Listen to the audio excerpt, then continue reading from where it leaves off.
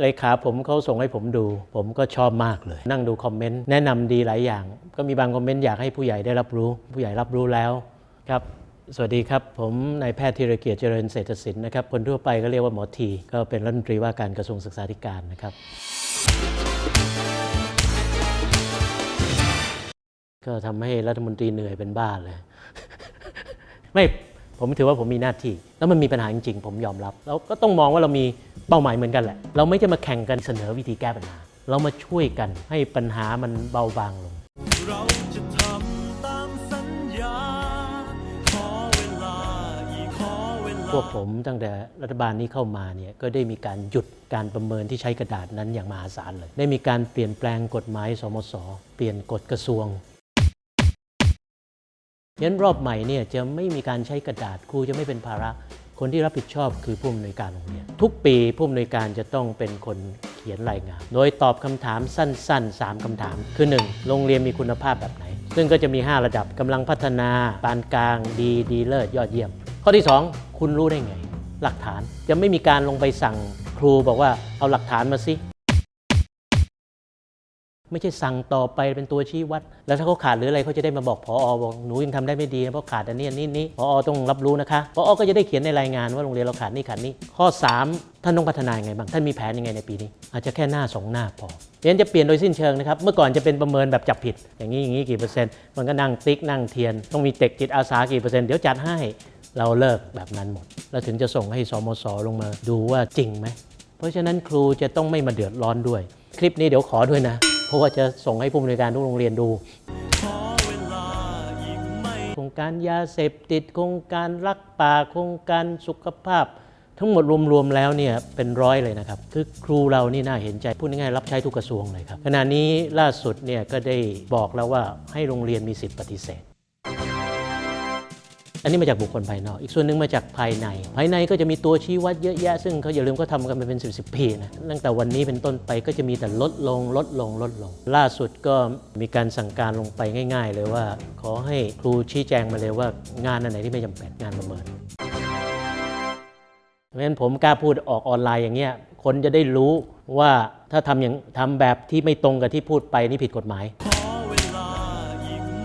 การจัดซื้อจัดจ้างงานนู่นนี่ครูทุกคนที่ฟังอยู่นะครับรวมทั้งประชาชนหน้าที่ที่ไม่ใช่หน้าที่ครูถ้าครูมีเวลาว่างค่อยไปช่วยกรณีที่เขาทำกันไม่ทันหน้าที่ธุรการฝ่ายธุรการก็ต้องรับผิดชอบถ้าคนไม่พอก็ต้องหาทางเสริมถ้าคนขาด 100% จริงๆเนี่ยเขตหรือผู้อำนวยการโรงเรียนต้องรับผิดชอบ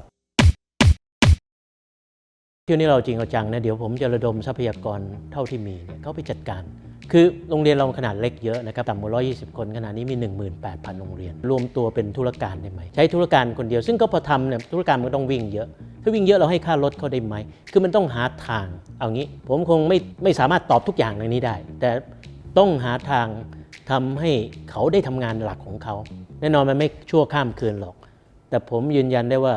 ผมก็อยากให้เห็นอย่างนั้นเกิดแล้วไม่ใช่อยากอย่างเดียวจะทุ่มเททรัพยากรแล้วก็วิธีการครูเฉลี่ยทั้งประเทศรูปธรรมนะขณะนี้1 ต่อ 15ทั้งประเทศนี่เราดีกว่าสแกนดิเนเวียนะครับนักเรียนแต่ละโรงเรียนมันน้อยโรงเรียนขนาดเล็กมันเยอะการกระจายตัวที่อัตราส่วนครูต่อนักเรียนเนี่ยมันมีปัญหาอะไรในโรงเรียนใหญ่ๆทั้งหมดในกรุงเทพที่ดังๆนักเรียนมากๆทั้งนั้นน่ะแต่เขาไม่มีปัญหาเรื่องคุณภาพเลยวัดยังไงก็ดีปสปท.ก็มีโครงการว่าจะจำกัดที่40ถามประชาชนยังประชาชนออกมาโวยวายบอกไม่ได้โดยเฉพาะโรงเรียนยอดนิยมคือมันมีหลายระดับนะครับน้อง1เนี่ยเรามีเขาเรียกโครงการครูคืนถิ่นครูปีหนึ่ง 5,000 คนต้องมาจากถิ่นของเขาแล้วก็สุดท้ายกลับไปทำงานที่ถิ่นเขาแล้วก็อันนี้เป็นตัวอย่างที่ดีว่ามันไม่ใช่เรื่องของกระทรวงศึกษาอย่างเดียวถ้าชุมชนที่เขาเจริญคนเขาไม่ move หรอกชุมชนมันก็ต้องเจริญด้วยถูกไหมจัดแล้วก็ใช้ระบบคูปองครูไปตามที่ยุทธศาสตร์ของครูและตามความต้องการเรื่องอบรมเยอะๆนี่คุณไปถามใหม่เลยไม่มีแล้วเดี๋ยวนี้มันมีเฉพาะช่วงนี้ซึ่งเป็นช่วงคูปองและเฉพาะเสาร์อาทิตย์และเฉพาะปิดเทอม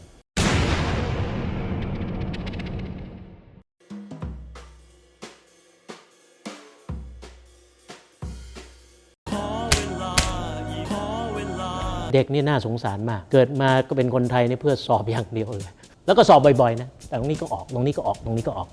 ยุคนี้เนี่ยได้เลิกมหกรรมสอบทั้งหลายปีที่ผ่านมาได้ให้เลิกสอบส่วนกลางให้โรงเรียนสอบแต่สามารถมาใช้ข้อสอบส่วนกลางได้ต่อไปจะยกเลิกบางวิชาและข้อสอบส่วนกลางในบางชั้นอีกบ้านเรามีส่วนกลางอันเดียวก็พอโอเน็ตและที่สำคัญหลายคนอาจจะไม่รู้นะเมื่อก่อนสมมติวิทยาศาสตร์คณิตศาสตร์สวทเป็นคนทำหลักสูตรถูกไหมปรากฏว่าให้สทศสอบสทศก็ไปจ้างอาจารย์มหาลัยมาออกข้อสอบโหละเรื่องทุกทีเลยผมก็ทำแบบต่างประเทศนะขณะนี้ข้อสอบวิทยาศาสตร์และคณิตศาสตร์ในปีถัดไปจากนี้เป็นต้นไปสวทเป็นคนออกสทศเป็นแค่หน่วยจัดสอบไม่ใช่คนหนึ่งนั่งทำหลักสูตรคนหนึ่งนั่งทำตำราแล้วอีกคนออกข้อสอบไปกันมั่วเลยคืออันนี้พูดเหมือนกับว่าเราพยายามแก้ตัวแต่ไม่ใช่เราแก้ปัญหาแต่ผมยังรู้ปัญหามีอีกเยอะนะครับปัญหามีอีกเยอะมากแล้วโรงเรียนท่านต้องการอะไรที่จะทำให้พัฒนาท่านบอกผมขึ้นมาถึงเลขาถึงบนได้หมดยุคโซเชียลมีเดียท่านไม่ต้องเกรงอะไรเลยตอนนี้เขาฟ้องผมเยอะแยะนะระหว่างที่นั่งเดี๋ยวก็มีติ้งมาอยู่เรื่อยๆนะคำถามนี้สุดยอดเพราะอะไรรู้ไหมน้องรู้ไหมว่าตั้งแต่ปฏิรูปการศึกษาครั้งสุดท้ายปี 2543 ถึงตอนนี้เรามีรัฐมนตรีกี่คน